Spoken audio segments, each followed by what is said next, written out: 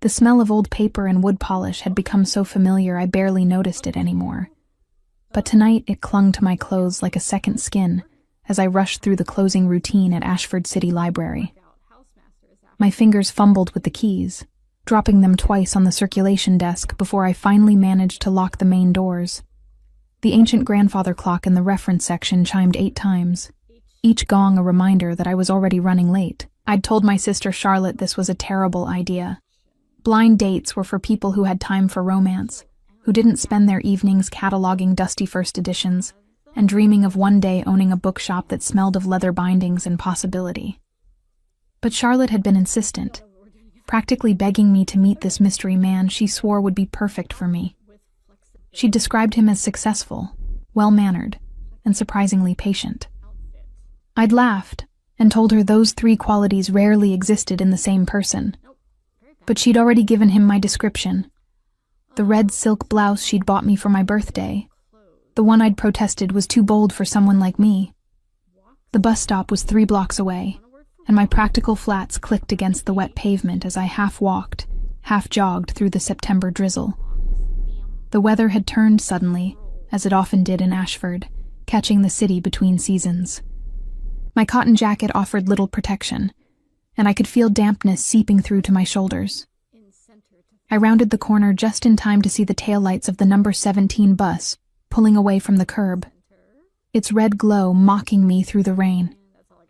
A string of very unladylike words escaped my lips, the kind that would have scandalized the elderly patrons who frequented the library.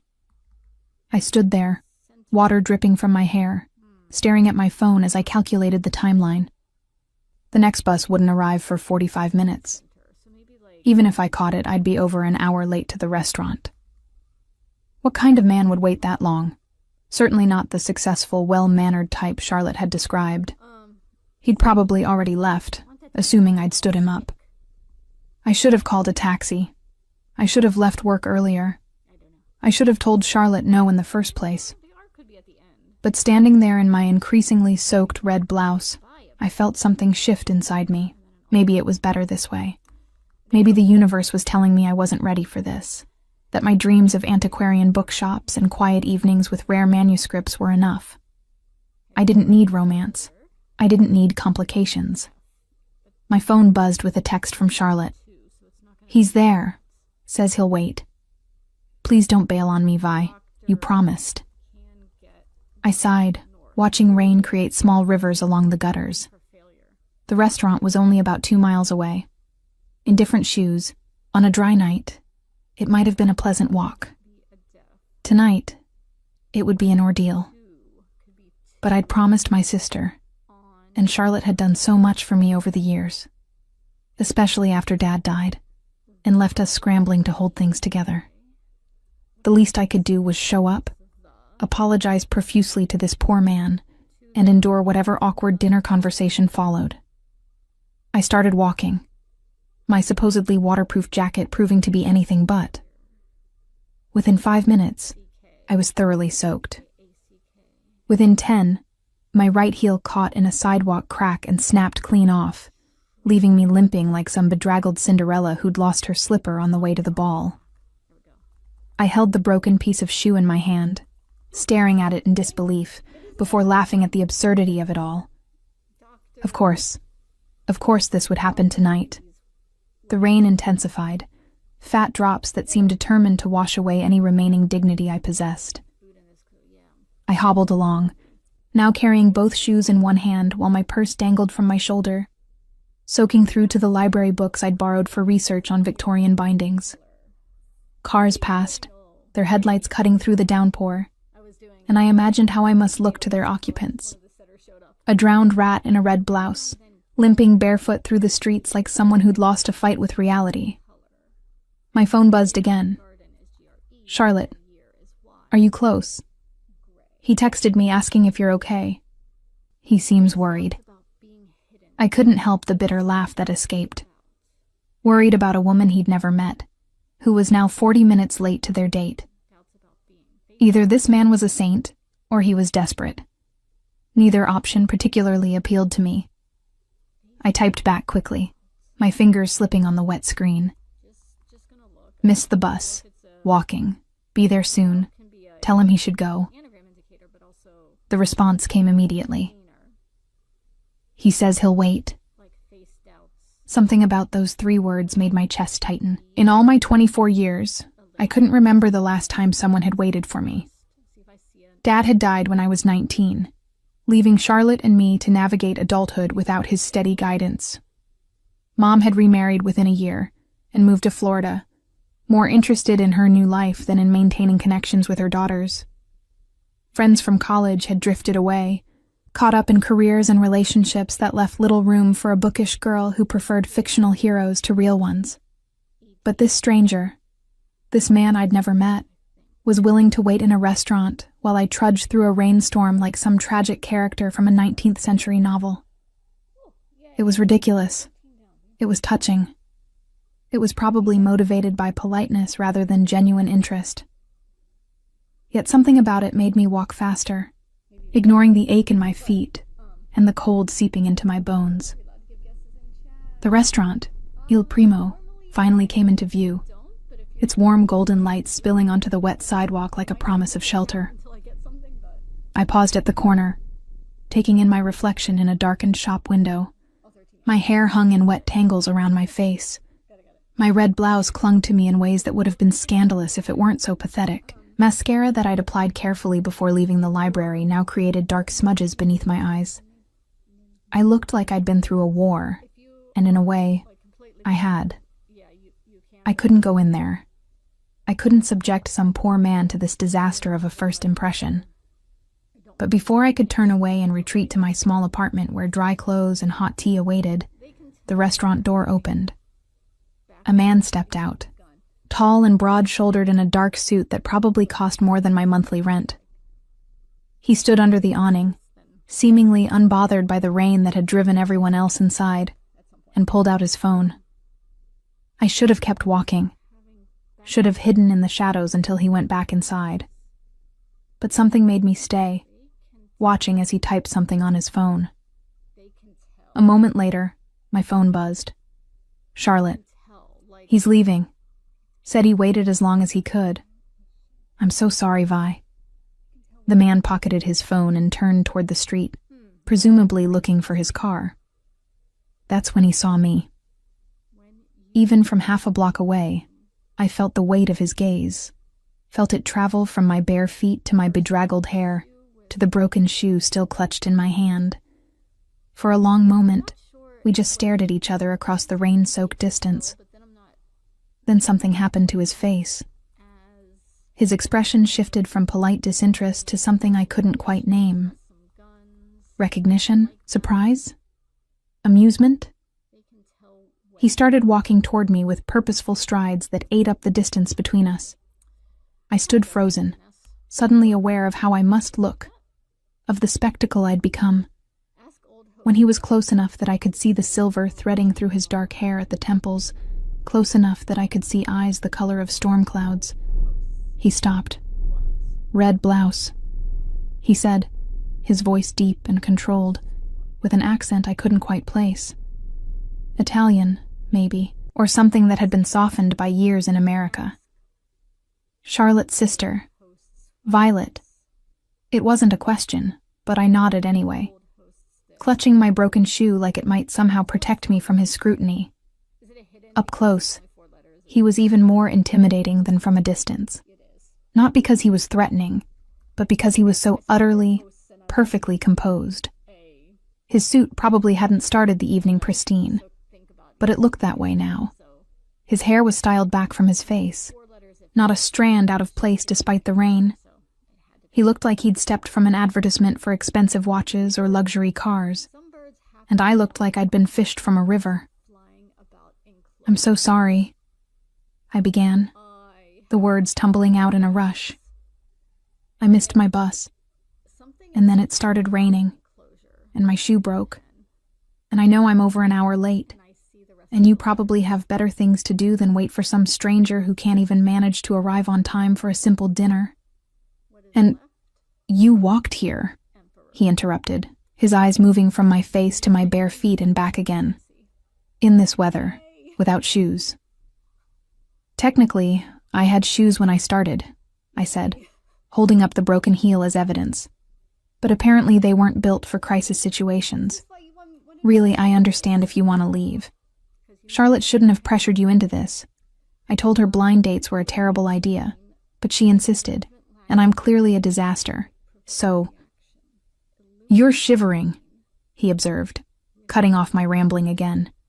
He shrugged out of his suit jacket, and I found myself staring at the way his white shirt clung to shoulders that suggested he spent time doing something more physical than sitting behind a desk.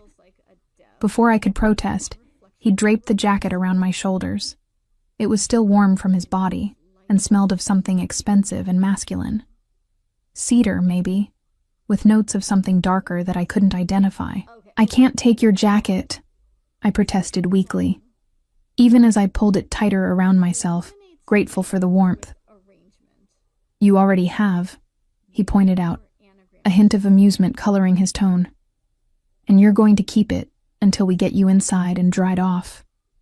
We're not going inside, I said, forcing myself to meet his eyes, despite wanting to disappear into the pavement. Look at me. I can't walk into a nice restaurant looking like this. Everyone will stare. Let them stare, he said simply, as if it were the easiest thing in the world to ignore public opinion. You walked 2 miles in a rainstorm to meet me. The least I can do is buy you dinner. You don't owe me anything, I said, but my stomach chose that moment to growl loudly, betraying me. One corner of his mouth lifted in what might have been a smile. Your stomach disagrees. Come on, Violet. Let me at least get you warm and fed before you catch pneumonia. There was something about the way he said my name, with that slight accent wrapping around the syllables, that made something flutter in my chest.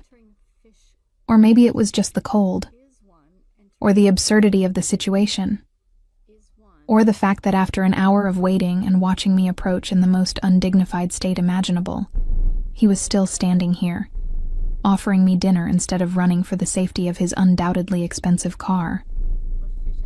I don't even know your name, I said, grasping at one last reason to refuse.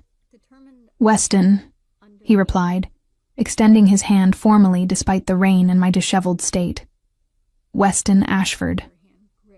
I stared at his outstretched hand, then at his face, something clicking into place. Ashford. Like the library where I worked. Like half the buildings in this part of the city. Charlotte hadn't mentioned that small detail when she'd set up this date. I'd assumed her mysterious friend was just another successful businessman. I hadn't realized he was one of those Ashfords, the family that had helped build this city from the ground up generations ago. My hand moved automatically to shake his, and I felt calluses there that surprised me. Whatever he did with his time, it wasn't just signing papers and attending board meetings. His grip was firm but careful, as if he were aware of his own strength and consciously tempering it. You're one of the Ashfords, I said stupidly, stating the obvious. Guilty? He said, still holding my hand. Does that change your answer about dinner? Part of me wanted to say yes, wanted to use this revelation as an excuse to flee back to my comfortable, predictable life. But standing there in his jacket, with rain running down my face and his steady gaze fixed on mine, I found myself saying something entirely different. I should probably warn you that I'm not very good at this, I said. Dating, I mean. I'm much better with books than people. And I have a tendency to say awkward things when I'm nervous. And right now, I'm very nervous, so you should probably prepare yourself for me to say something mortifying at some point during dinner. That almost smile returned. I'll take my chances. He guided me toward the restaurant with a hand at my elbow that was more supportive than proprietary, as if he understood I might bolt at any moment. Which I might have, if my feet weren't so cold and my stomach wasn't so empty, and if there wasn't something about the way he'd waited, the way he'd walked toward me instead of away, the way he was looking at me now, like I was something more than a waterlogged disaster in a red blouse. The maitre d's eyes widened when he saw us, taking in my bare feet and sodden appearance with barely concealed shock. But Weston simply said something in rapid Italian that I didn't catch, And suddenly we were being ushered not to the main dining room where I'd imagined enduring stares from other patrons, but to a private room with a fireplace already burning and only one table set for two. "Better?" Weston asked, helping me into a chair positioned near the fire. I wanted to make a joke about special treatment for the embarrassing dates, but the warmth from the flames was already seeping into my bones, and I couldn't quite form words around the relief of it. Instead, I nodded, pulling his jacket tighter around my shoulders, even though I knew I should give it back. A server appeared with what looked like heated towels and a first aid kit, both of which were placed discreetly on a side table before disappearing again. Weston gestured to them. "For your feet." I'm assuming the walk wasn't kind to them. I looked down at my feet, now resting on the plush carpet, and noticed for the first time the small cuts and bruises that decorated them. I'd been so focused on getting here, on not disappointing Charlotte, on not thinking about how cold and wet I was, that I hadn't registered the pain. Now, with safety and warmth surrounding me, I felt every scraped heel and stubbed toe. "I'm fine," I lied automatically. Weston raised one eyebrow, a gesture that somehow communicated both skepticism and patience. "Humor me." There was something about the way he said it, gentle but unyielding, that made me reach for the towels. As I cleaned my feet, wincing at the sting, I became aware of him moving around the room, his phone in his hand as he made a quiet call in Italian. I caught only fragments, but enough to understand he was arranging for something to be delivered. When he finished, he sat across from me, finally close enough that I could see details I'd missed on the street. The small scar above his left eyebrow, the way his jaw was slightly off-center, as if it had been broken once and healed imperfectly. The calluses on his hands that spoke of work more physical than managing family businesses. And his eyes, which I'd thought were gray but were actually closer to blue, like the sky just before a storm. "Thank you," I said quietly, "for waiting, for not leaving when you had every reason to." "I told Charlotte I'd wait," he said simply. "I keep my promises. Even when they involve sitting alone in a restaurant for over an hour, even then." The next morning, I woke to find 3 missed calls from Charlotte, and a text message that simply read, "Call me immediately. Emergency girl talk required." I groaned, pulling my blanket over my head, as memories from the previous night flooded back. The dinner had lasted 3 hours. 3 hours during which I'd somehow managed to tell Weston Ashford about my dreams of owning an antiquarian bookshop, my tendency to arrange books by color when I was stressed, and my conviction that the best fictional love story ever written was in an obscure Victorian novel about star-crossed lighthouse keepers. He'd listened to all of it, asking questions that suggested genuine interest rather than polite tolerance. Even more surprisingly, I'd learned things about him. That he restored vintage motorcycles in his spare time, which explained the calluses. That he'd spent 2 years working construction in Italy before returning to Ashford to take over family obligations he'd never wanted. That he had a younger sister, Morgan, who'd apparently masterminded this blind date along with Charlotte behind his back. "They've been friends since college," he'd explained, something fond and exasperated in his voice. "Morgan thinks I work too much and need someone to force me to take breaks. Charlotte apparently thinks the same about you." "She's not wrong," I'd admitted. "I've been working double shifts at the library for the past year, saving every penny. The building I want for my bookshop is up for sale, but I'm still about 40,000 short." I'd said it without thinking, the kind of honest admission that would have horrified me under normal circumstances. But something about Weston made my usual filters dissolve. Maybe it was the wine we'd shared. Maybe it was the private room that created an illusion of intimacy. Maybe it was simply that after trudging through a rainstorm to meet a stranger, normal social barriers seemed silly. Now, in the bright light of morning, I cringed at my openness. What had I been thinking? Telling a near stranger about my financial situation, about my dreams that probably seemed quaint and impractical to someone from his world? Charlotte's next text was more specific. Weston texted Morgan. Says you're unexpectedly fascinating. That's Weston speak for smitten. Call me. I stared at the phone, something warm and alarming spreading through my chest. Fascinating? Me? The woman who organized her spice rack alphabetically and had once spent an entire weekend cataloging her personal library using the Dewey Decimal System? Before I could decide whether to call Charlotte or hide from the entire situation, my phone rang. It was an unknown number with a local area code. I almost let it go to voicemail, but curiosity got the better of me. Hello? Good morning, Violet. I hope I'm not calling too early. Weston's voice was unmistakable, that slight accent making my name sound like something exotic. It's 10 o'clock, I said, sitting up abruptly and immediately regretting it as my sore feet protested. I've been awake for hours. A complete lie. I'd been conscious for approximately 7 minutes. Liar, he said, and I could hear amusement in his voice. You're still in bed. I can hear it in your voice. That's very presumptuous, I said, even as I pulled the covers higher, as if he could somehow see through the phone. Is it? Last night you mentioned you're not a morning person, that you usually don't get out of bed before 11 on your days off, that you consider anything before noon to be an ungodly hour. Had I said all that? Apparently the wine had been stronger than I'd thought. You have an unsettling memory for details. Only when the details are interesting, he replied. Speaking of which, there's a package arriving at your address in approximately 10 minutes. Don't be alarmed. It's not anything inappropriate. You're sending me things? I asked, alarm bells ringing despite his reassurance. We went on one date. That seems premature. Consider it an apology for the restaurant not having shoes in your size last night, he said.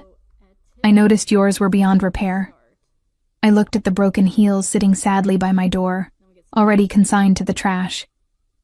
You don't need to apologize for my shoe problems, or buy me new shoes. That's really not necessary. Violet, he said, and something about the way he said it made me stop protesting. Let me do this. Not because I think you can't take care of yourself, not because I'm trying to buy your affection, but because I want to. Because last night was the first time in longer than I can remember that I forgot about work and obligations, and just enjoyed being in someone's company.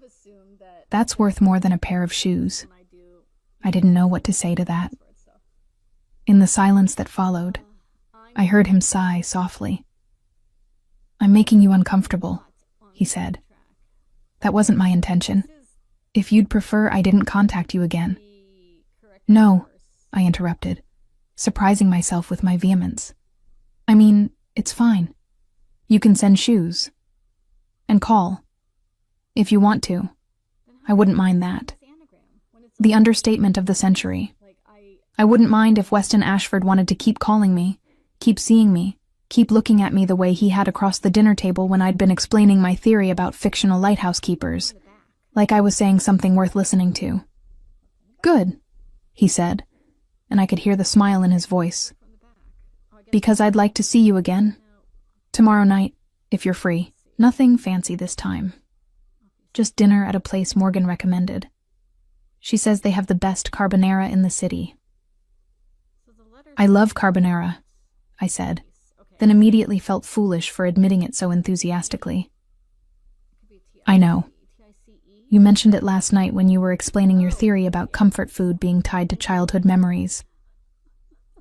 I really did talk a lot, didn't I? I said, mortification setting in. You really did, he agreed. It was perfect. Say yes to dinner, Violet. Yes, I said, before I could think better of it. Yes to dinner. We talked for another 20 minutes about nothing important. The weather, the book I was currently reading, his sister's unfortunate habit of adopting stray cats. When we finally hung up, I sat in bed for a long moment, staring at my phone and trying to understand what was happening. Weston Ashford was interested in me. not in some abstract, obligatory way, because our sisters had set us up. Actually interested. Enough to call the morning after. Enough to remember details about lighthouse keepers and carbonara, and my shameful sleep habits. The doorbell rang, startling me out of my thoughts. The package. I threw on a robe and hurried to the door, opening it to find a delivery person holding an elegant box from a boutique I'd walked past countless times but never entered. The kind of place that didn't list prices because if you had to ask, you couldn't afford it. Inside the box were shoes. Not just any shoes, but beautiful, practical leather flats in a deep burgundy that would go with everything I owned. They were soft as butter, clearly handmade, with cushioned insoles that suggested someone had thought about comfort as well as style. There was also a note, written in precise, elegant handwriting. For the next time it rains. These are made by a cobbler in Florence who guarantees they're both waterproof and indestructible. I took the liberty of guessing your size based on the shoes you left at the restaurant last night. If they don't fit, let me know and I'll have them exchanged. W. I held the shoes, feeling the quality of the leather, and something in my chest tightened. This wasn't some generic gift grabbed by an assistant. He'd thought about it, remembered the rain, considered that I might need shoes that could withstand my tendency to walk instead of taking taxis. It was thoughtful in a way that made me want to cry, which was ridiculous because they were just shoes. Except they weren't just shoes. They were proof that last night had been real, that I hadn't imagined the connection or the way he'd looked at me, or the 3 hours that had felt like minutes. They were a promise that tomorrow night would happen, that this wasn't some one-time anomaly, but the beginning of something. I called Charlotte, who answered on the first ring with, "Finally, tell me everything." "He sent me shoes," I said, looking at them like they might disappear if I looked away. "Italian shoes," Charlotte corrected, clearly already briefed by Morgan. "From that place in Florence that makes them custom. Do you have any idea how much those cost?" "I don't want to know," I said, because putting a number on them would make me feel obligated in ways I wasn't ready to process. "Did he ask to see you again?" "Tomorrow night, someplace with good carbonara." Charlotte squealed, the sound piercing enough that I had to pull the phone away from my ear. "Vi, this is amazing. Do you know how long it's been since Weston dated anyone? Morgan says he hasn't shown interest in a woman in over 2 years. Not since—" She stopped abruptly. "Not since what?" I asked, curiosity piqued. "Nothing. Just, he had a bad experience. But that's his story to tell, not mine. The point is, you clearly made an impression, a big one." After we hung up, I spent the rest of the day trying not to obsess about the upcoming dinner, while simultaneously obsessing about it. I tried to work on my bookshop business plan, but found myself staring at the shoes instead. I attempted to read, but got through 3 pages before realizing I'd absorbed nothing. Finally, I gave up and did what I always did when my brain refused to cooperate. I went to work. The library was quiet on Sunday afternoons, mostly students cramming for exams and elderly patrons reading newspapers. I was reshelving returns in the literature section when I felt eyes on me. I turned to find a woman watching me from the end of the aisle. She was probably in her 50s, impeccably dressed in a way that suggested wealth and taste, with sharp eyes that assessed me with unsettling thoroughness. "Can I help you find something?" I asked, offering my professional librarian smile. "You're Violet Reynolds," she said. Not a question. "Yes," I said slowly, unease prickling down my spine. "I'm sorry. Do we know each other?" "Not yet," she said, moving closer with measured steps. "But I know who you are, and I know you had dinner with my nephew last night." The emphasis on my nephew made it clear exactly which nephew she meant. This was a member of the Ashford family, which meant I was being evaluated, assessed for worthiness or threat or whatever criteria wealthy families used when an outsider appeared in their carefully controlled sphere. "It was just dinner," I said, keeping my voice level, even as my heart began to race. "Nothing is ever just anything with Weston," she replied. "He called me this morning, first time he's initiated contact in 6 months, asked about a property that's for sale downtown, an old building that would be perfect for, and I quote, an antiquarian bookshop run by someone who actually cares about books." The room seemed to tilt slightly. He'd asked about the building, the one I'd mentioned wanting, the one I'd admitted I couldn't afford. My mind spun with the implications. "I didn't ask him to do that," I said quickly. "I didn't ask him for anything." "I know," she said, and her expression softened slightly. "That's precisely why he's doing it. Weston doesn't respond well to people who want things from him. He's spent his entire life surrounded by those types, but someone who wants nothing, who's content to simply be herself, without calculation or ulterior motive."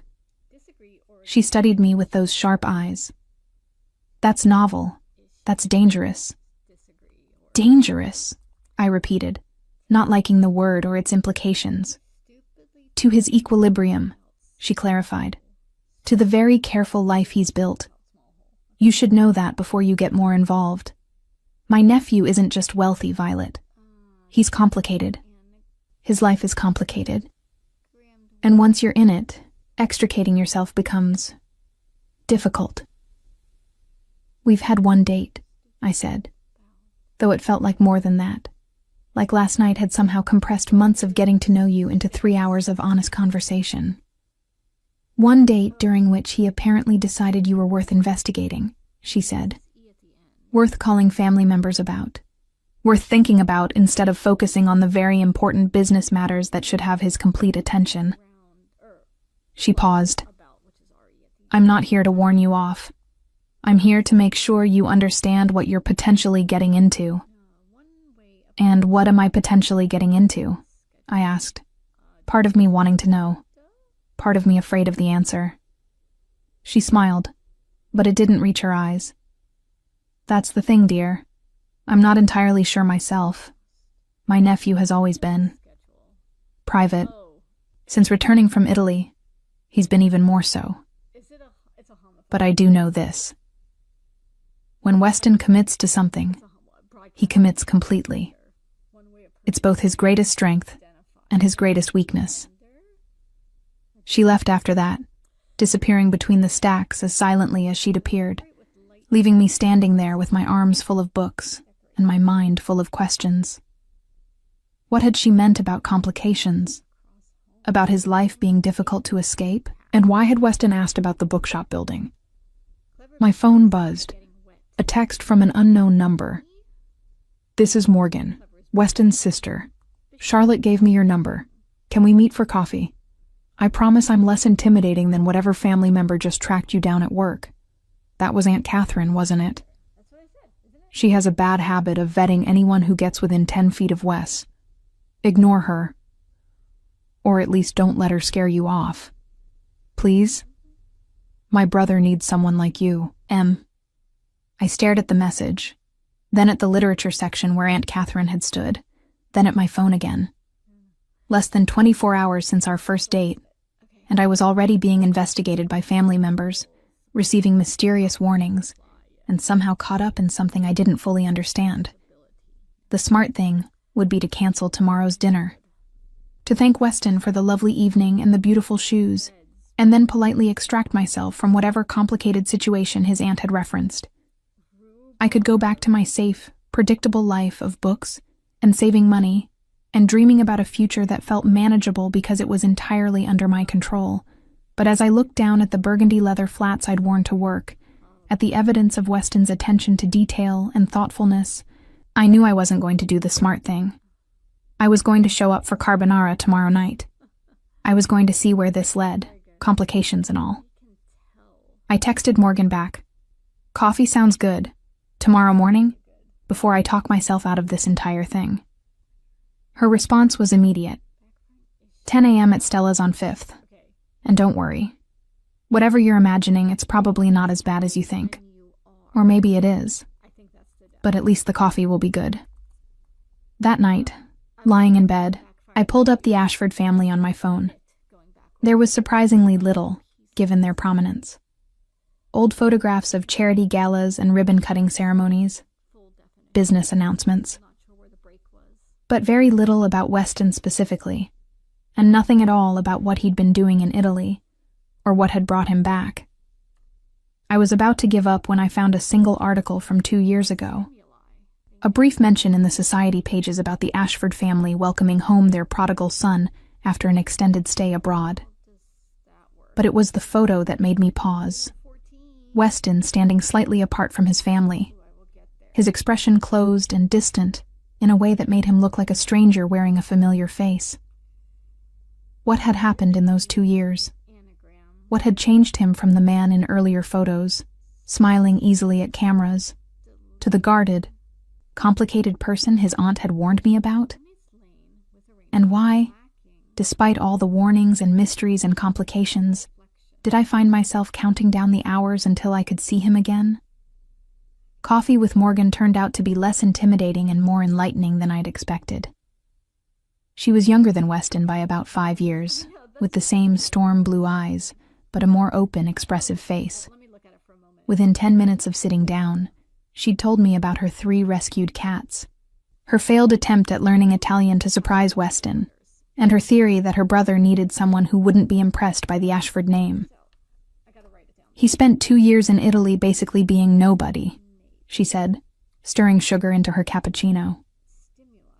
Working with his hands, living in this tiny apartment, learning to rebuild motorcycles from this old man named Marco, who didn't care that Wes came from money. He was happier there than I'd ever seen him.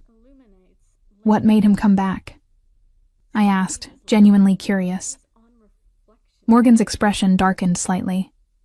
Family obligation. Dad got sick, and someone needed to take over the family businesses.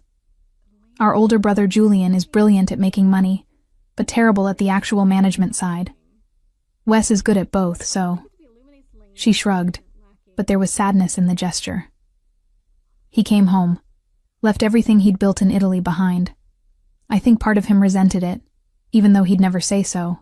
And now he restores motorcycles in his spare time, I said, pieces clicking into place. And works 80-hour weeks and never takes vacations and hasn't dated anyone in 2 years, because most women either want his money or can't handle that he's not just a trust fund kid playing at having a job. Morgan leaned forward. And then he meets you, waterlogged, barefoot, late to your own blind date, and somehow you make him laugh. Actually laugh, not the polite sound he makes at board meetings. Do you understand how rare that is? I wrapped my hands around my coffee cup, absorbing this. Your Aunt Catherine came to see me yesterday, at the library. She seemed concerned. Aunt Catherine is always concerned, Morgan said, rolling her eyes. She's been trying to set Wes up with appropriate matches since he got back. By appropriate, I mean boring socialites who won't challenge him or make him feel anything beyond mild tolerance. The fact that you're not that terrifies her. I'm a librarian who dreams about owning a bookshop, I said. That's not exactly threatening. You're genuine, Morgan corrected. You don't want anything from him except his company. That's revolutionary in his world. Also terrifying because it means he might actually fall for you. And Catherine thinks that would derail his focus on family responsibilities. She paused. She's not wrong, but I don't think that's necessarily a bad thing. Before I could respond, my phone buzzed. A text from Weston. Plans for tonight. Small Italian place. Excellent carbonara. No family members interrogating you. Sound good? I smiled despite myself. He texted you, didn't he? Morgan grinned. I may have warned him that Aunt Catherine staged an ambush. He's very protective once he cares about someone. It's actually kind of sweet, even if it can be overwhelming. We've had one date, I reminded her, even as I typed back confirmation for dinner. And he asked about buying you a building, Morgan said gently. Look, I know that's probably freaking you out. It's freaking me out a little. And I'm used to Wes doing impulsive things when he's decided something matters. But here's what you need to know. My brother doesn't do anything halfway. When he commits to something, whether it's a business venture or a relationship or a hobby, he's all in. It's just who he is. That's what your aunt said, that it's both his strength and his weakness. Morgan nodded. It is. It's why he's so good at running the family businesses. He cares about every detail, every person, every decision. But it's also why he got hurt so badly before he left for Italy. He'd been engaged to someone who only saw the Ashford name and the money that came with it. When she cheated on him and he found out, it nearly destroyed him. Not because his heart was broken, but because he'd committed to her completely, and she'd betrayed that. The pieces were starting to form a more complete picture. And then he left. Morgan confirmed. Spent 2 years learning to be someone other than Weston Ashford. Came back because family needed him, but I don't think he ever really came all the way back. Part of him is still in that workshop in Florence, I think. At least it was until he met you. I didn't know what to say to that. The weight of Morgan's revelation sat heavy in my chest. I wasn't just a potential girlfriend to Weston. I was somehow connected to his attempts to reclaim something he'd lost, to find a way to be himself while fulfilling obligations he'd never wanted. That's a lot of pressure to put on someone after one date, I said quietly.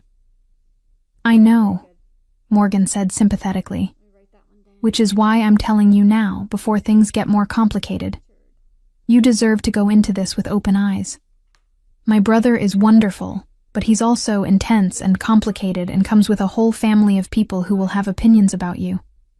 If that's too much, it's okay to say so now. I thought about Weston waiting over an hour in the restaurant, about his jacket around my shoulders and his careful attention to my torn feet, about the shoes that suggested he'd been paying attention to more than just my words, about the way he'd asked about the bookshop building, not as a grand gesture, but as someone genuinely interested in helping me achieve my dreams. I want to see where this goes, I said finally, even if it's complicated. Morgan's smile was brilliant. Good, because between you and me, Wes needs complicated. He's had easy and appropriate his whole life. It's never made him happy. That evening, I dressed more carefully than I had for our first date. The restaurant Weston had chosen was indeed small, tucked into a side street I'd walked past hundreds of times without noticing. Inside, it was intimate and warm, with exposed brick walls and candlelight that made everything glow golden. Weston was already there, standing when I entered. He was dressed casually tonight. Dark jeans and a charcoal sweater that made his eyes look more blue than gray. His expression when he saw me made something flutter in my chest. No rain this time, he said, pulling out my chair with old-fashioned courtesy. And you're wearing the shoes. They're perfect, I said, extending one foot to show him. And waterproof. I tested them. You tested waterproof shoes? His almost smile appeared. I stood in my shower wearing them for 5 minutes while reading a book about Victorian bookbinding, I admitted. My neighbors probably think I'm insane. I think you're thorough, he said, and the way he said it made it sound like a compliment. We ordered carbonara and wine, and for the first hour, conversation flowed easily. He told me about a vintage Ducati he was restoring, and I told him about a first edition I'd found at an estate sale. We argued good-naturedly about the best translation of Dante, and he taught me a few words in Italian that weren't in any textbook I'd studied. But as the plates were cleared and coffee arrived, something shifted. Weston's expression became more serious, and I knew the easy part of the evening was ending. Morgan told you, he said. Not a question. About Italy and your ex-fiancé, I confirmed. I hope that's okay. She seemed to think I should know. She's probably right, he said, tracing the rim of his coffee cup with one finger. I should have told you myself. I just wasn't sure how to bring it up. Hi, I'm emotionally unavailable because someone I trusted betrayed me. Isn't great first date conversation.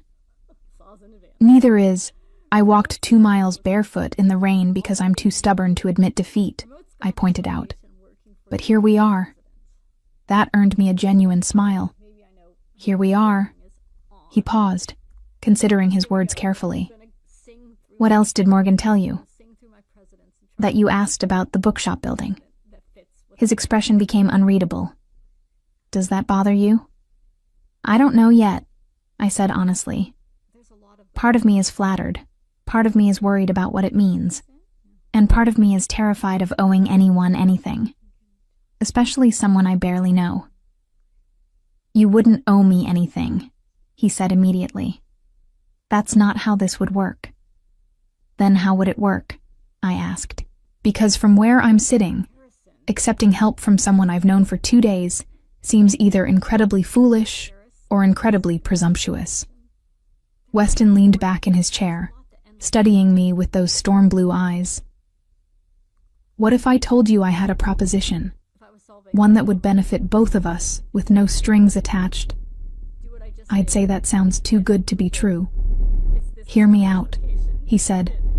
The building you want is owned by a family friend who's been trying to sell it for 2 years. It's in a part of downtown that's transitioning but hasn't quite arrived yet. Most potential buyers see risk. I see opportunity, especially if it's turned into something that draws foot traffic. He paused. Like an antiquarian bookshop.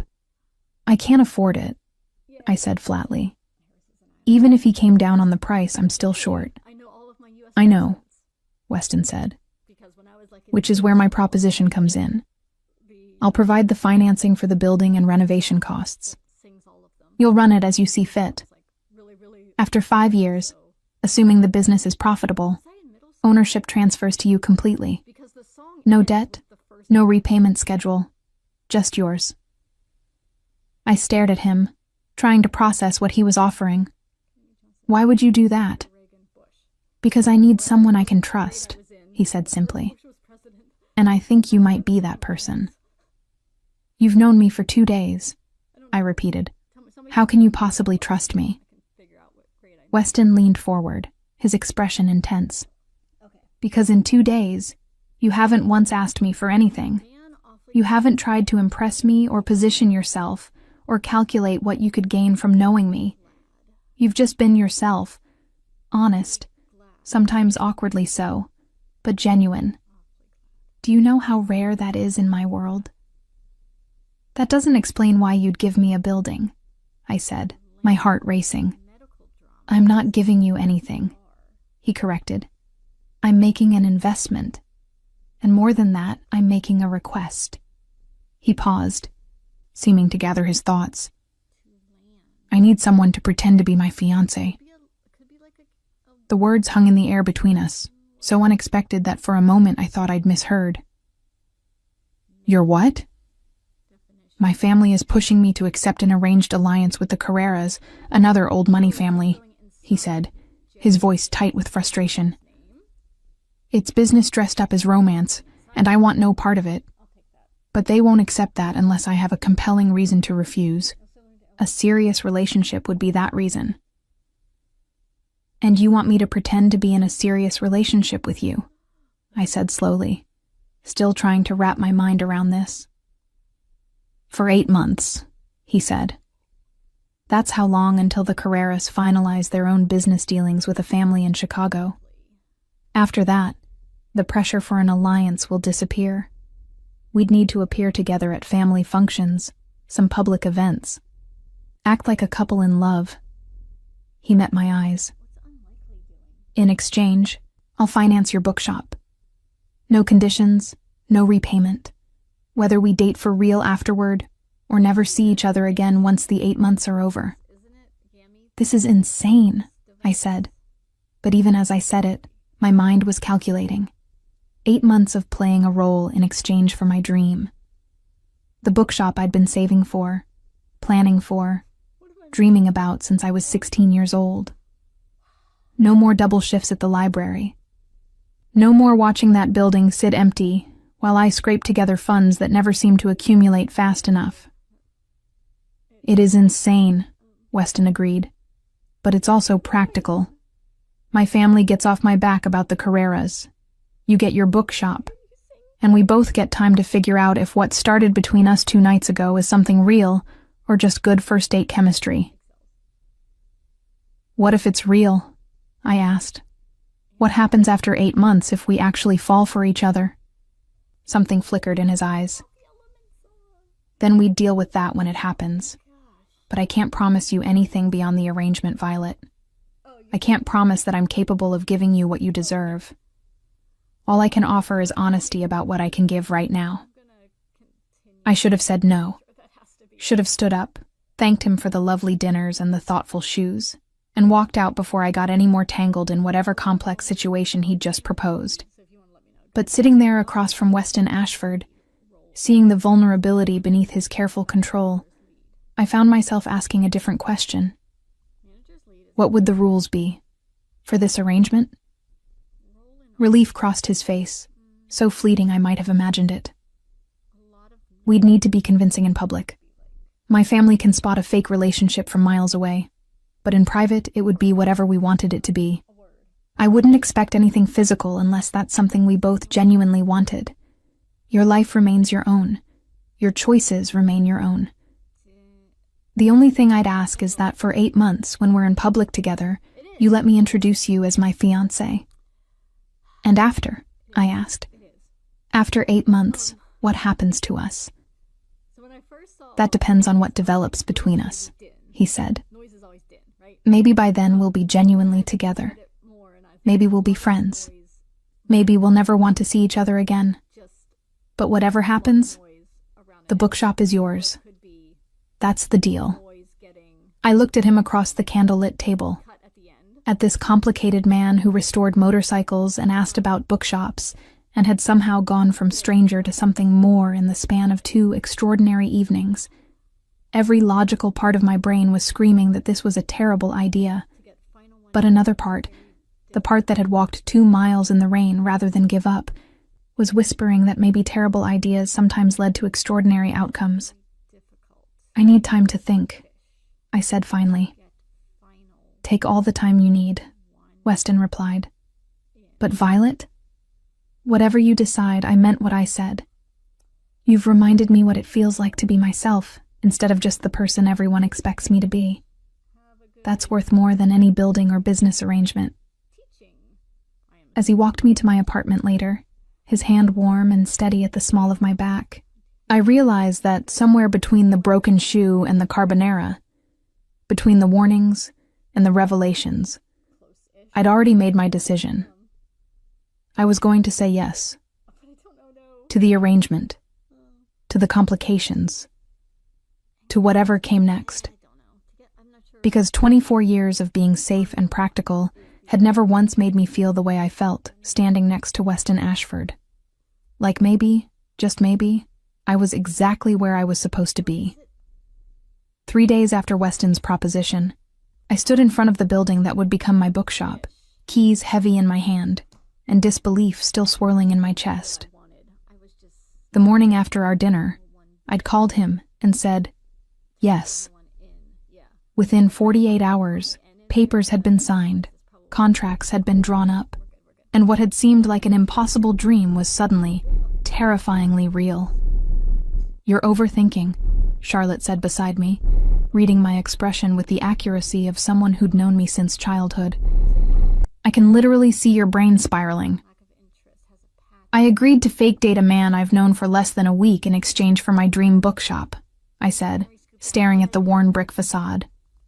Overthinking seems appropriate. You agreed to give a relationship a real chance while helping him avoid a business arrangement disguised as marriage, Charlotte corrected. And he's helping you achieve something you've wanted since you were 16. That's not insane. That's opportunistic.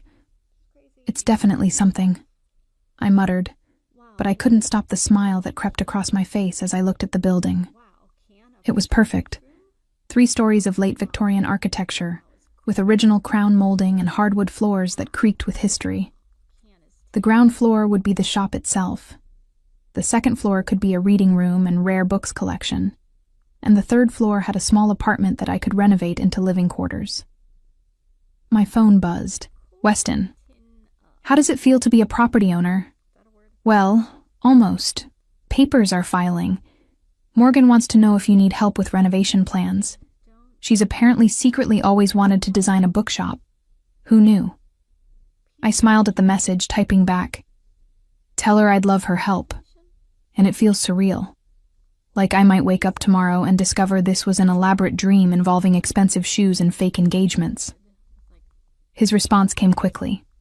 "If it helps, I'm still processing that I met someone who walked through a rainstorm to meet me and then agreed to one of the most unconventional arrangements I've ever proposed. So we're both living in surreal territory." "What are you grinning about?"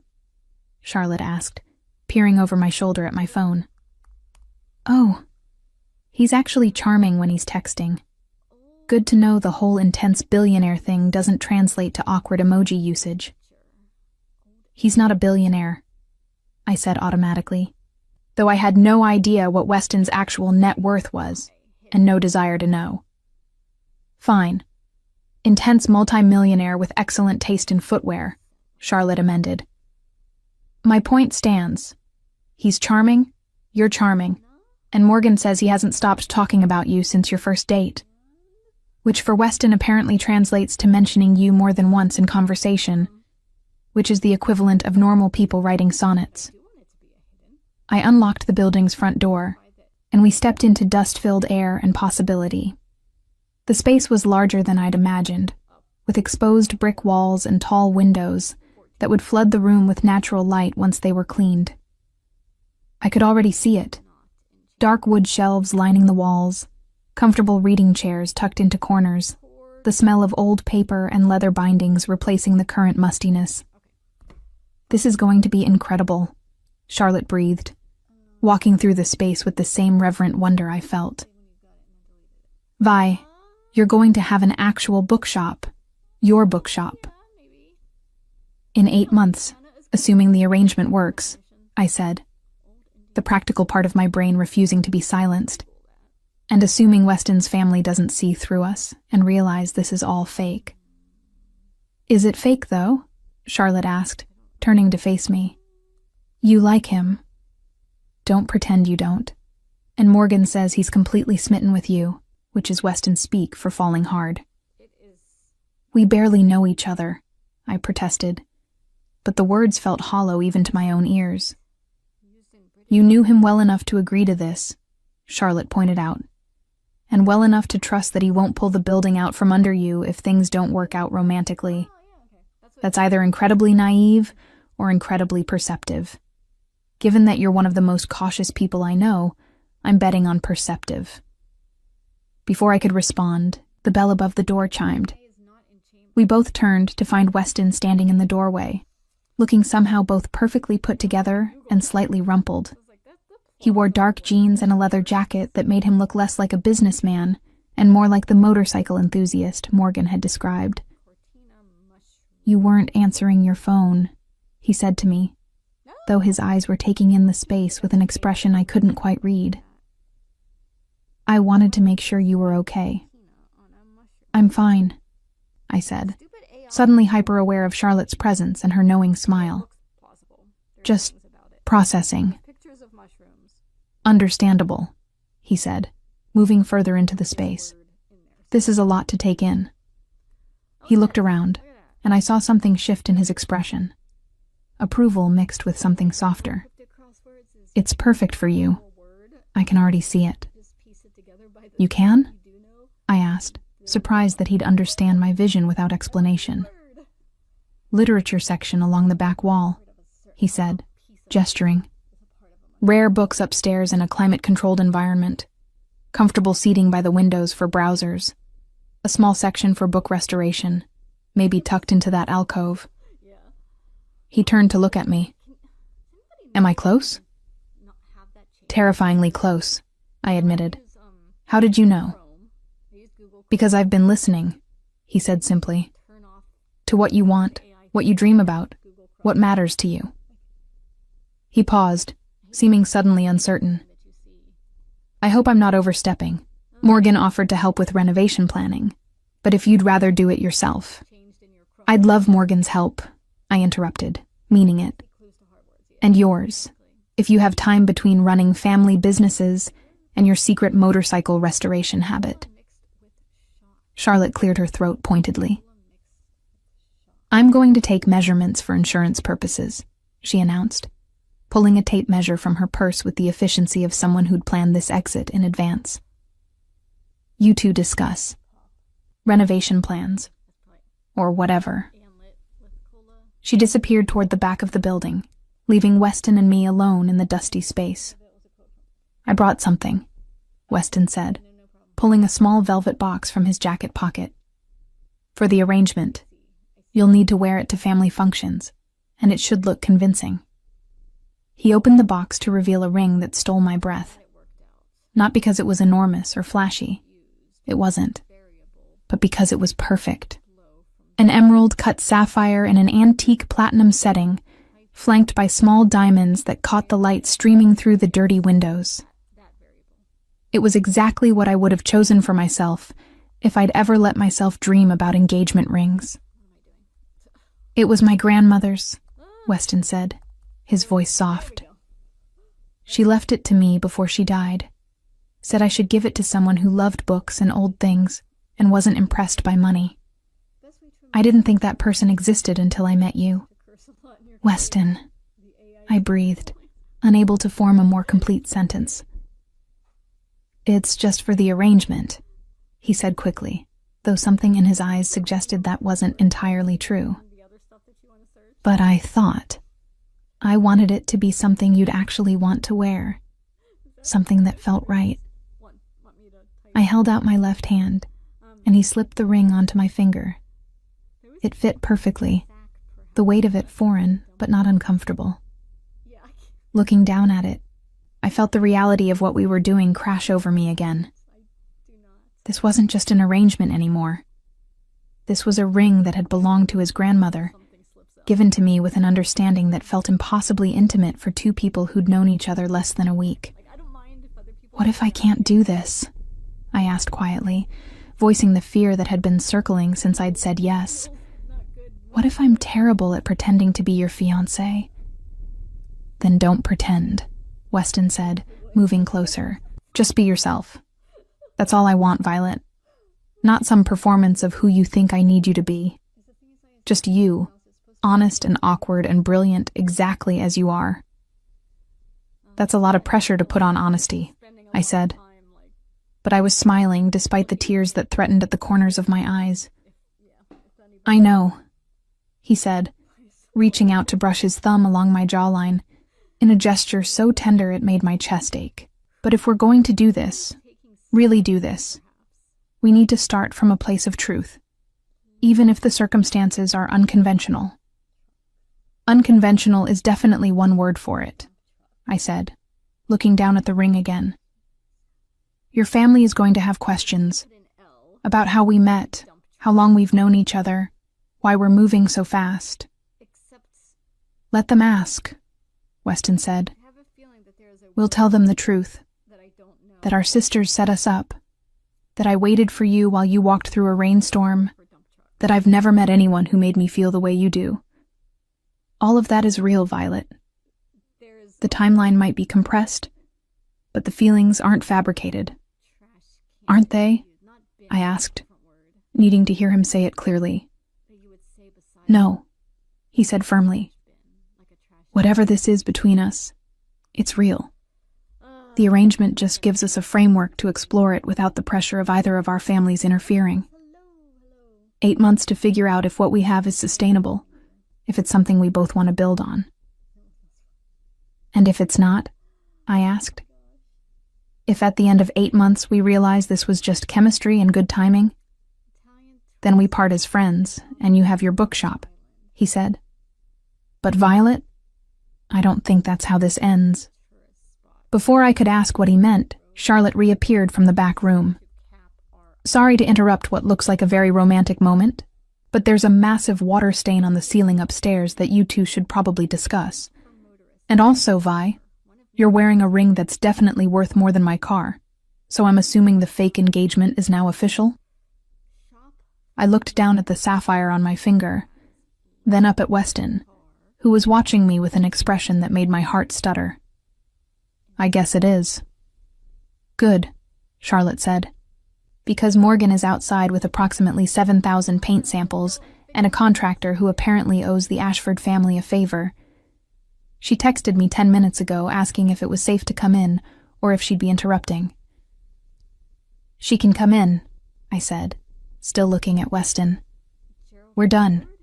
Negotiating." Charlotte grinned and headed back outside, pulling out her phone to text Morgan. When we were alone again, Weston took my hand, his thumb brushing over the ring he'd just placed there. "Thank you," he said quietly, "for saying yes to this, for taking a chance on something unconventional, for being willing to help me avoid a future I didn't want while pursuing one you do." "Thank you for waiting," I replied, "for not leaving the restaurant that night, for seeing something in me worth all of this." "Violet," he said, his voice rough with emotion, "I saw you stumbling down the street in broken shoes, cursing at the rain, and I knew. I can't explain it, but I knew that you were going to change everything." The door burst open before I could respond, Morgan sweeping in with an armload of paint samples and a smile that rivaled the sun. "Okay, future sister-in-law, we have decisions to make. Charlotte told me you're thinking deep green for the main room, but I brought some alternatives in case you want to consider." She stopped abruptly, her gaze zeroing in on my hand. "Oh my God, he gave you Grandma Elena's ring. Is that okay?" I asked, suddenly worried that I'd crossed some family boundary I didn't understand. "Okay? It's perfect," Morgan said, her eyes suspiciously bright. "She would have loved you, probably would have locked you two in a room together until you figured out you were meant for each other." She paused, looking between Weston and me. "Not that you needed much help with that." "We barely know each other," I protested weakly, though the argument was getting harder to believe every time I said it. "You know the important things," Morgan countered. "That's what matters. Now come on, we have a bookshop to design, and I have 17,000 ideas that we need to narrow down to something actually buildable." As Morgan spread paint samples across the dusty floor and Charlotte pulled up architectural plans on her phone, I caught Weston watching me with an expression that made something warm unfurl in my chest. Whatever complicated thing we'd started, whatever unconventional arrangement we'd made, it was beginning to feel less like a business deal and more like something that might actually last beyond 8 months. The ring on my finger caught the light, sapphire and diamonds glinting like a promise. Not of forever, not yet, but of possibility, of patience, of two people choosing to take a chance on something neither of them fully understood, but both of them wanted to explore. I was Violet Reynolds, small-town librarian with big dreams, and a tendency to say awkward things at the worst moments. And somehow, improbably, I was also the fiancé of Weston Ashford, complicated and intense and surprisingly gentle when he thought no one was watching. 8 months suddenly felt both impossibly long and not nearly long enough to figure out where this was all heading. But as I stood in my almost bookshop, surrounded by people who already felt like family, I realized that maybe that was the point. Some things couldn't be planned or controlled or made to fit into neat timelines. Some things just had to be lived, moment by unexpected moment, until you looked back and realized that the story you'd been telling yourself about your life had transformed into something entirely new. And I was ready for that transformation, terrifying as it was. I was ready for all of it. The next 3 weeks passed in a blur of paint samples, renovation meetings, and increasingly frequent couple appearances that started to feel less like performance and more like routine. Weston picked me up from the library every evening, always with coffee in hand, because he'd noticed I never remembered to eat lunch. We had dinner with Morgan twice, with Charlotte and her husband once, and attended a Ashford family charity event, where I met more relatives than I could possibly remember. Everyone seemed to accept our engagement without question, though I caught Aunt Catherine watching us with sharp eyes at the charity gala. But even she'd softened slightly when Weston had described my plans for the bookshop, with genuine enthusiasm, his hand never leaving the small of my back as we'd made the rounds through his family's social circle. "You're good at this," I'd whispered to him during a quiet moment between conversations. "At what?" he'd asked, accepting champagne flutes from a passing waiter and handing me one. "Making it feel real," I'd said, taking a sip to avoid his gaze.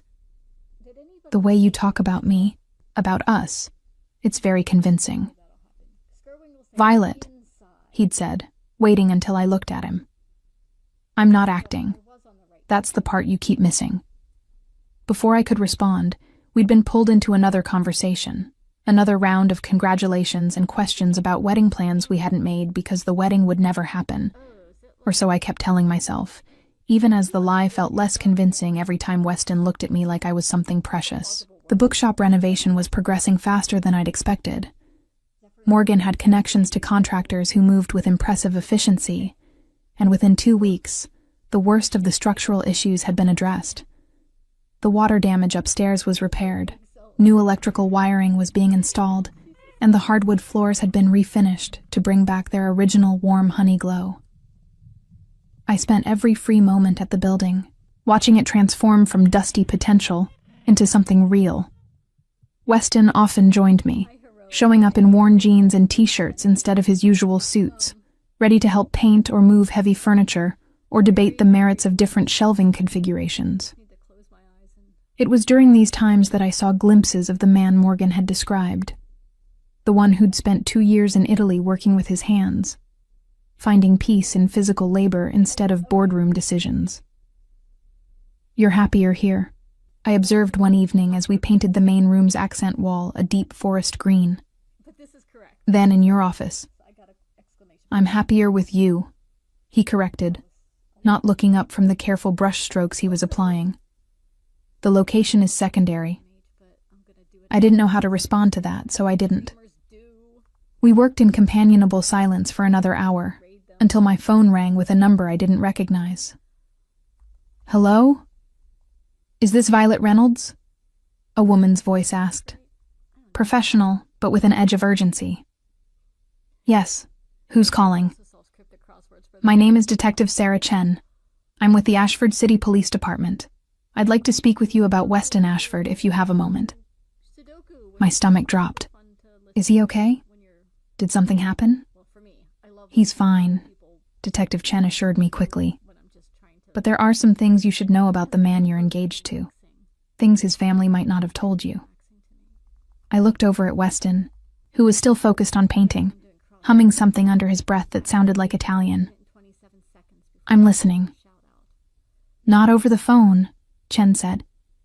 "Can you meet me tomorrow? Coffee shop on 5th Street, 10 a.m. It's important, Ms. Reynolds. There are aspects of the Ashford family business that go beyond legitimate enterprises. If you're going to marry into that family, you deserve to know what you're getting into." After we hung up, I stood frozen, paint roller in hand, mind racing. What hadn't Weston told me? What secrets did his family keep behind their philanthropic facade? "Violet." Weston's voice brought me back. "You okay? You look like you've seen a ghost." "I'm fine," I lied. "Just tired. I should probably head home soon." Something shifted in his expression. Concern, maybe, or suspicion. "Did something happen? You were fine 2 minutes ago." "Just a headache," I said, which wasn't entirely false. My head was starting to pound with the weight of Detective Chen's implications.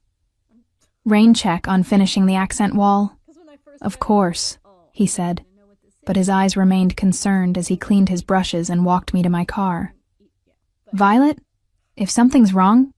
"It's nothing," I interrupted. "Just tired from the long week. I'll see you tomorrow?" "Tomorrow," he agreed, but the worry didn't leave his face as he watched me drive away. The next morning, I arrived at the coffee shop 15 minutes early, anxiety churning in my stomach. Detective Chen was already there, a woman in her 40s with kind eyes and an expression that suggested she'd seen too much to be easily shocked. "Ms. Reynolds," she greeted me, gesturing to the seat across from her. "Thank you for meeting me." "You said there are things I should know about Weston," I said, skipping pleasantries. What things? Chen pulled a folder from her briefcase and slid it across the table. The Ashford family has been under investigation for the past 18 months. Nothing we can prove yet, but there are patterns. Money moving through shell corporations. Businesses that operate at a loss, but somehow stay open. Connections to individuals with known ties to organized crime. My hands were cold as I opened the folder. Inside were surveillance photos, financial documents with highlighters marking suspicious transactions, and reports detailing the Ashford family's various business holdings. But it was the photographs that made my breath catch. Weston, clearly photographed without his knowledge, meeting with men whose faces had been annotated with names and criminal records. These photos, I managed. When were they taken? Various times over the past year, Chen said, after he returned from Italy. Ms. Reynolds, I want to be clear. We have no evidence that Weston Ashford himself has committed any crimes. But his family's businesses, the people they associate with, the way money flows through their organizations. There are questions, and you're about to legally tie yourself to all of that. Why are you telling me this? I asked, looking up from the photographs. If you're investigating his family, why tip me off? Chen's expression softened, because I've seen what happens to people who marry into families like this without understanding what they're getting into. The best case scenario, you spend your life looking over your shoulder. Worst case. She didn't finish the thought. You think I'm in danger, I said flatly. I think you might be naive, Chen replied gently. Weston Ashford is, by all accounts, a good man. But good men from complicated families sometimes have to make complicated choices. And sometimes the people they care about get caught in the crossfire. I closed the folder, my mind spinning. What do you want from me? Information, Chen said. If you see or hear anything that might help our investigation, I'd like you to contact me. You wouldn't be working for us officially, just keeping your eyes open, making sure that if there is illegal activity happening, we can address it before anyone gets hurt. You want me to spy on my fiancé? I said, the word bitter on my tongue. I want you to protect yourself, Chen corrected. And if Weston is as good as everyone says, then helping us clear his name should be in everyone's best interest. She left her card on the table when she departed, and I sat staring at it for a long time. Protect yourself. But from what? Weston had been nothing but honest with me. Nothing but kind. He'd given me my dream bookshop, asked only that I help him avoid an arranged marriage, and shown me more consideration in 3 weeks than most men managed in 3 months. But the photographs didn't lie. Whatever his family was involved in, it was serious enough to warrant police surveillance, and I was about to be legally connected to all of it.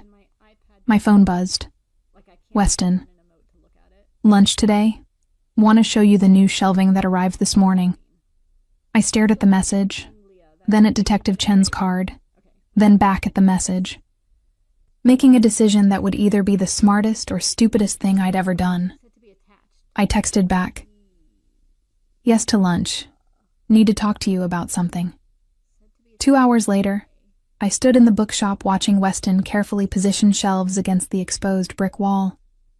He'd dressed down again today, and there was paint in his hair from yesterday that he'd apparently never noticed.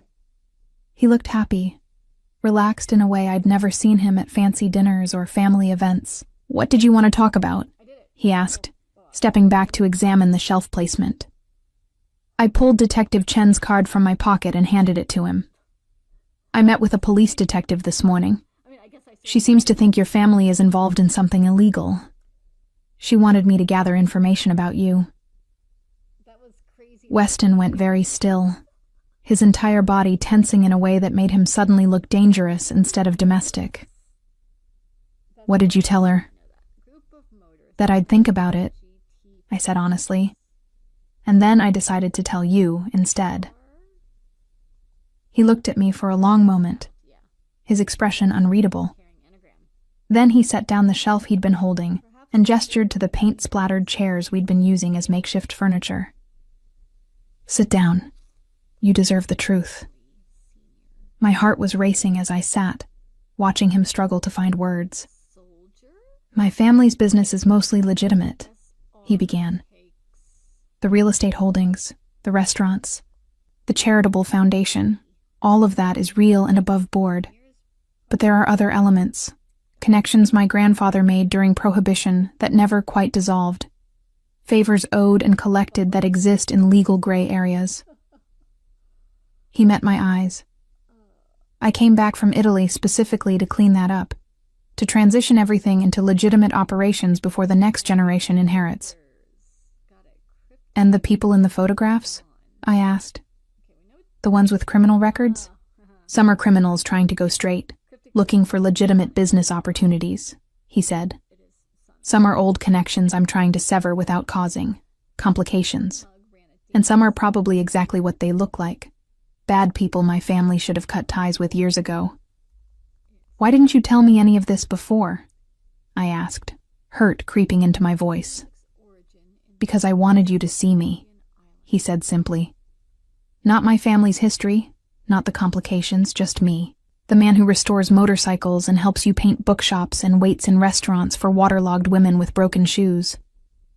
He moved to kneel in front of my chair, taking my hands in his. "But you're right to know.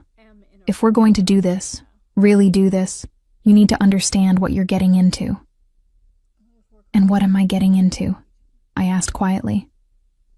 "A family trying to become something better than what it was," he said. "A man who's falling for you so fast it terrifies him, and possibly some danger, if I can't complete the transition away from the old ways before someone decides I'm a threat to their interests." "That's a lot," I managed, my voice shaky. "I know," he said. "And if it's too much, I understand. I'll still honor our agreement about the bookshop, but I won't ask you to risk your safety for an arrangement that was always meant to be temporary." I looked down at our joined hands, at the ring on my finger that had belonged to his grandmother, at this complicated man who'd somehow become the center of my world in just 3 weeks. "What if I don't want it to be temporary?" His breath caught. "Violet." "I told Detective Chen no," I interrupted. "Before I came here, I called her and said I wouldn't spy on you. Because whatever complicated things your family is involved in, I've seen who you are. And I want to see where this goes, even if it's messy and complicated and possibly dangerous." Weston pulled me from the chair into his arms, holding me with a desperation that spoke of how much my answer mattered. "You're either incredibly brave or incredibly foolish," he murmured against my hair. "Probably both," I admitted. "But I'm choosing this. I'm choosing you." He pulled back just enough to look at me, his storm blue eyes intense with emotion. "Then I'm choosing you too. Not as an arrangement. Not as a convenience. As a real relationship with all the complications and possibilities that come with it." "Even though we barely know each other?" I asked. "We know the important things," he said, echoing Morgan's words from weeks ago. "The rest is just details we'll figure out as we go." He kissed me then, and it wasn't the chaste kiss we'd shared for appearances at family functions. This was real and deep and full of all the things we hadn't said, but both felt. When we finally broke apart, both breathless, I rested my forehead against his. "I'm still scared," I admitted. "Good," he said. "So am I. It means we're paying attention." We spent the rest of the day working on the bookshop, but something had shifted between us. The touches were more frequent, more genuine. The conversations went deeper. And when he drove me home that evening, he walked me to my door and kissed me goodnight, like it mattered. Like I mattered. Like this thing between us was no longer an arrangement, but something that could break both our hearts if we weren't careful. "Be safe," he said, pulling away reluctantly. "I'll see you tomorrow." "Tomorrow," I confirmed. "Always tomorrow." As I watched him drive away, I touched the ring on my finger and wondered what I'd just committed myself to. But beneath the fear was something else. Hope, maybe. Or the beginning of love. Whatever complicated future we were building, it was ours to shape, and I was ready to see what we could create together. The call came at 2 a.m, 3 months into what was supposed to be an 8-month arrangement, but had evolved into something real and terrifying, and more precious than I could have imagined. Weston's name on my phone screen sent my heart racing before I'd even answered. "Get out of your apartment," he said without preamble, his voice tight with controlled panic. "Now, Violet. Don't pack. Don't think. Just get to your car and drive to Morgan's. I'm sending security to meet you there." I was already moving, grabbing my keys and phone, pulling a jacket over my sleep shirt. "What's happening?" "Someone tried to kill me tonight," he said, and my blood turned to ice. "They failed, but they know about you. About us. I need you somewhere safe until I can figure out who and why. Are you okay?" My voice was shaking as I ran down the stairs of my building, car keys clutched in my suddenly numb fingers.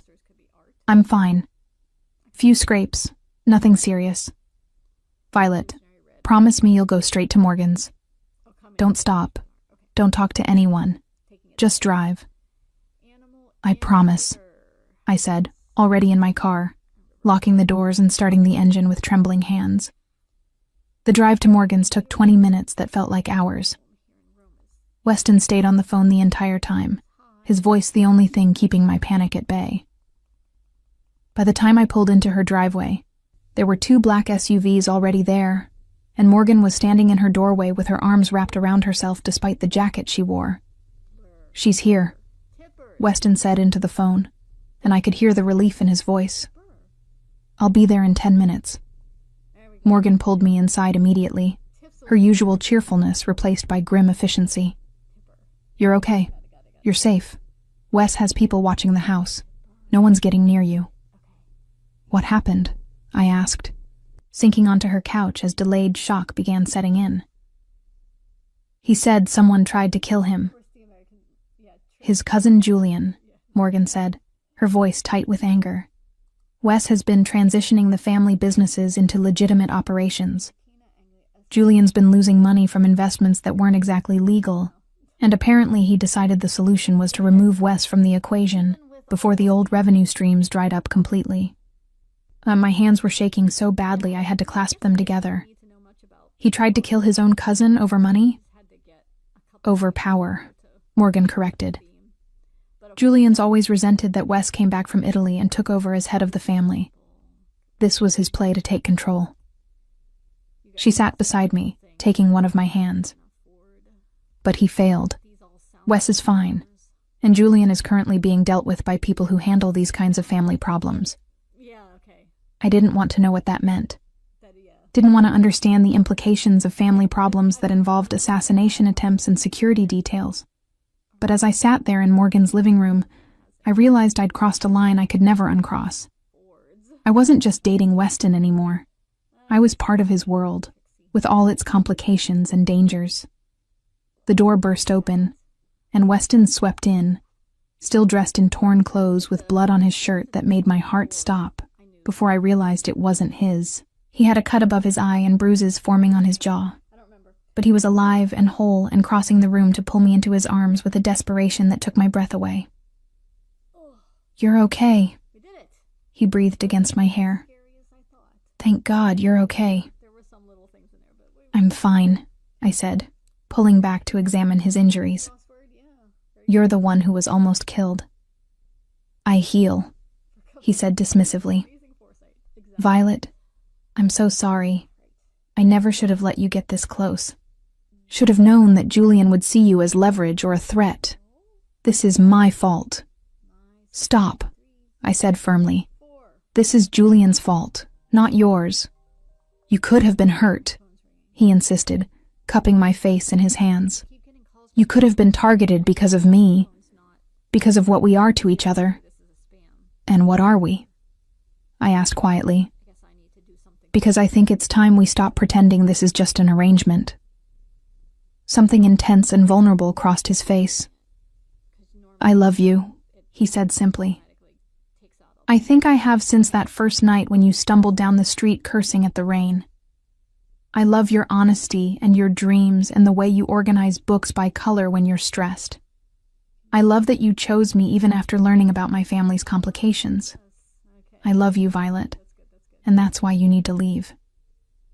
What? The word came out sharper than I intended. Julian won't be the only one who sees you as an opportunity or a weakness, Weston said, his voice rough with emotion. As long as you're with me, you're a target. So I'm releasing you from our arrangement. The bookshop is yours, free and clear. I'll make sure you have security for a while, just until we're certain no one else is planning anything. But we can't keep doing this. I can't keep putting you at risk. I stared at him, trying to process what he was saying. You're breaking up with me to keep me safe. I'm letting you go before someone hurts you to get to me, he corrected. No, I said flatly. He blinked. No? No, I repeated. You don't get to make this decision for me, Weston. You don't get to decide what risks I'm willing to take or what future I want to build. I stood up, forcing him to step back so I could meet his eyes properly. I chose you knowing your family was complicated. I chose you after talking to police detectives about investigations. I chose you understanding that this world you live in comes with dangers I can't fully comprehend. And I'm choosing you now, after your cousin tried to kill you and put me at risk in the process. Violet, I love you, I interrupted. I love you and your complicated family and your motorcycle restoration hobby and the way you remember every detail about my dreams. I love the way you waited for me that first night and the way you've shown up for me every day since. So no, I'm not leaving. Not unless you tell me you don't want me anymore. I'll always want you, he said, his voice breaking. That's the problem. That's not a problem, I said. That's the solution. We face whatever comes next together. Not with me hidden away somewhere safe while you deal with family drama alone. Together, Weston. Or not at all. He pulled me against him, holding me so tightly I could barely breathe. You're the bravest person I've ever met, he murmured. Or the most foolish. Both, I said, repeating my words from months ago. Definitely both. Morgan cleared her throat from where she'd been tactfully examining her houseplants. So since Vi's clearly not going anywhere, maybe we should talk about actual security measures. And also about the fact that Mom is going to have opinions about all of this when she finds out Julian tried to stage a coup. The next few weeks were a whirlwind of family meetings, security briefings, and what Morgan cheerfully called cleaning house. Julian was sent somewhere distant and carefully monitored. I didn't ask for details, and Weston didn't volunteer them. Other family members who'd been involved in the old illegal operations were given choices. Transition to legitimate work or find employment elsewhere, far from the Ashford influence. Through it all, Weston held my hand. At family meetings where I met aunts and uncles and cousins I hadn't known existed. At the bookshop, which was now weeks away from opening. In his office, where I sometimes worked on my own projects, while he handled the complicated business of rebuilding his family's empire into something he could be proud of. But it was during one of these quiet moments, surrounded by his financial reports and my collection of book catalogs, that everything changed again. I need to tell you something, I said, setting down the antiquarian dealer's catalog I'd been reviewing. And I'm not sure how you're going to react. Weston looked up from his laptop, concern immediately crossing his face. What's wrong? Nothing's wrong, I said quickly. At least I don't think it is. But remember that charity gala we attended 2 months ago? The one where everyone kept joking about how I only drank sparkling water? His expression shifted from concern to something else. Violet, are you pregnant? I confirmed. my hand moving unconsciously to my stomach. About 7 weeks. I found out yesterday, and I've been trying to figure out how to tell you, because this isn't part of our arrangement, and we've only been actually together for 3 months, and your family is in the middle of this massive transition, and he was across the room before I could finish, pulling me into a kiss that was somehow gentle and desperate at the same time. When he pulled back, his eyes were suspiciously bright. A baby, he breathed. We're having a baby. I know it's terrible timing, I started, but he silenced me with another kiss. It's perfect timing, he corrected. A new beginning for all of us. A family built on choice instead of obligation. Over the following months, everything shifted again. The bookshop opened to surprising success, with a literary community embracing what I'd built.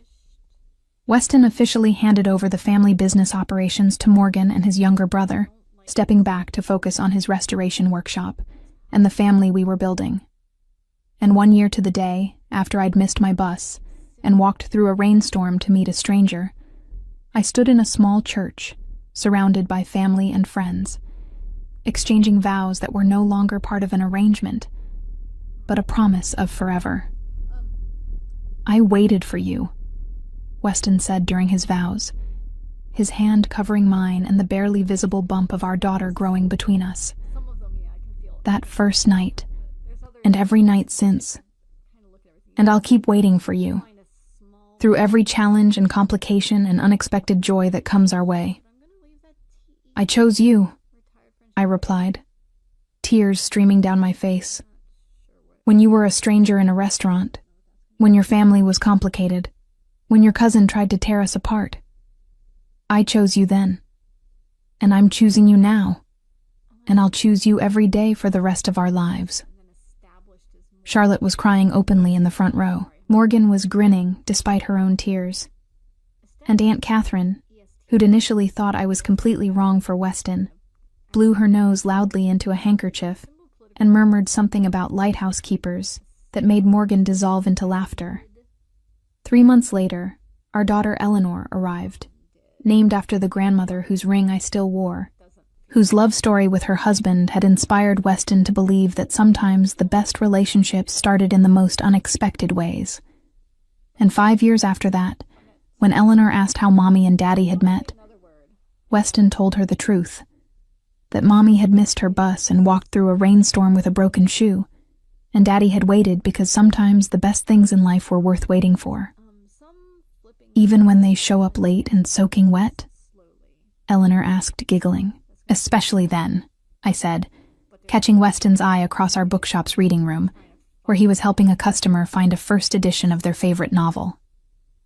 The best love stories never follow the plan, because ours certainly hadn't. What started as an arrangement born of convenience had transformed into something real and lasting and more precious than any plan could have predicted.